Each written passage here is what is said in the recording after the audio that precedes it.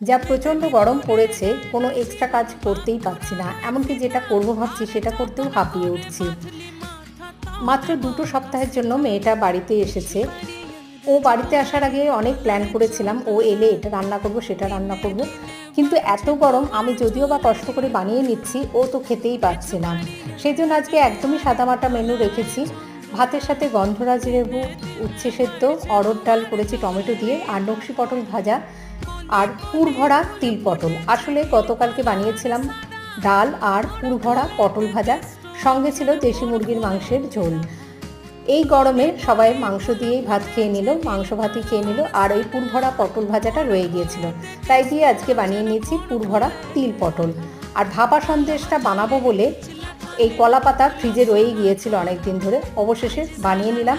আর ছিল কাঁচা আমের অম্বল। এই মেনু কেমন লাগলো আপনাদের অবশ্যই জানাবেন।